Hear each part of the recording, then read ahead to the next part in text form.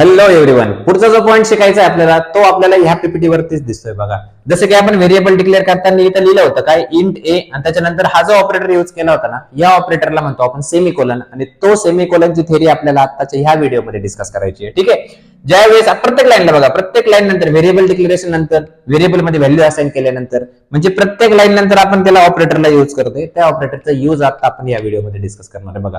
एकदम सिंपल जर सांगायचं ठरलं तर मराठी लँग्वेज मध्ये जर एखादं वाक्य मला एखाद्या ठिकाणी संपवायचं असेल तर मी कुठला ऑपरेटरचा यूज करतो रे? डॉट ऑपरेटरचा यूज करतो. म्हणजेच कुठला ऑपरेटर यूज करतो? फुल स्टॉप ऑपरेटर यूज करतो. तसंच प्रोग्रामिंग मध्ये जर एखादी लाईन त्या पॉइंटला जर संपवायची असेल तर त्या पॉइंटला मी काय देणार? सेमीकोलन देणार. हेच सेमीकोलनचा यूज आहे प्रोग्रामिंग मध्ये.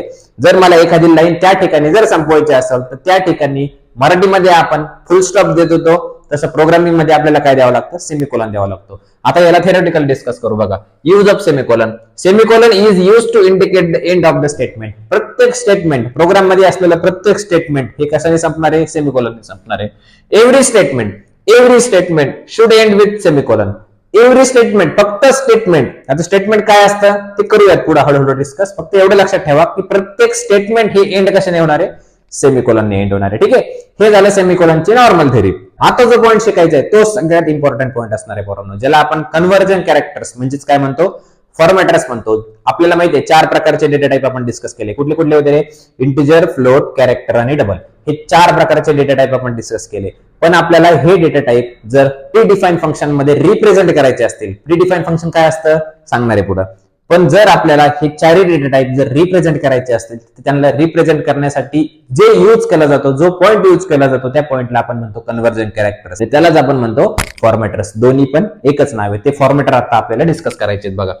कन्व्हर्जन कॅरेक्टर्स म्हणजेच काय? फॉर्मॅटर्स. याचे एक टेबल आहे. त्याच्या आधी बघा काय इथं काय लिहिलंय? C language provide the conversion character for each data type. प्रत्येक डेटा टाइप साठी सी लँग्वेजने काय दिलेलं आहे? कन्व्हर्जन कॅरेक्टर्स दिलेलं आहे. आता ते कन्व्हर्जन कॅरेक्टर आपल्याला या टेबल थ्रू डिस्कस करायचं बघा. इथं डेटा टाइप दिले, या डेटा टाइपचं इथं काय दिलंय? मी कन्व्हर्जन कॅरेक्टर्स दिलेच आणि त्यांचीच मी इथं मेमरी साईज दिली. बघूयात आता चला. इंटिजर साठी कन्व्हर्जन कॅरेक्टर काय दिलंय रे? %d. पर्सेंट म्हणजे मॉड्यूलचं साईन आणि त्याच्यानंतर काय लिहिलंय? डी. हे कोण रिप्रेझेंट करणार? इंटिजरला रिप्रेझेंट करणार. फ्लोट साठी रिप्रेझेंट करण्यासाठी काय रे? %f. कॅरेक्टर साठी रिप्रेझेंट करण्यासाठी काय रे? %c. आणि डबल साठी रिप्रेझेंट करायला आहे %g आणि %e. काय देणार म्हणजे सर हे दोन का बरं आहे? तर %g आपण त्या ठिकाणी यूज करतो ज्या ठिकाणी आपल्याला लॉगॅरिथमचे कॅल्क्युलेशन परफॉर्म करायचे. %e आपण त्या ठिकाणी यूज करतो ज्या ठिकाणी आपल्याला क्वाड्रॅटिक इक्वेशन्सचे कॅल्क्युलेशन सॉल्व्ह करायचे. ठीक आहे. तर ह्या 4 डेटा टाइपचे हे 4 कन्व्हर्जन कॅरेक्टर्स डोक्यामध्ये एकदम फिटच करून घ्यायचे, कारण की प्रत्येक प्रोग्राम मध्ये लागणार आहे. फक्त इंटिजर माहित असून गरजेचं नाहीये. इंटिजरला रिप्रेझेंट करायला काय लागतं? कन्व्हर्जन कॅरेक्टर %d हे माहित पाहिजे. फ्लोटला रिप्रेझेंट करायला काय लागतं? %f हे माहित पाहिजे. कॅरेक्टर साठी लागतं %c आणि डबल साठी तुम्ही %g यूज करा किंवा %e यूज करा, काही फरक पडत नाही. तुम्हाला जर आठवलं नाही तर कुठला पण एक जरी केला तरी ते आउटपुट प्रॉपर येतं. ठीक आहे.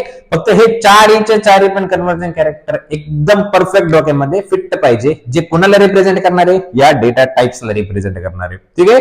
तर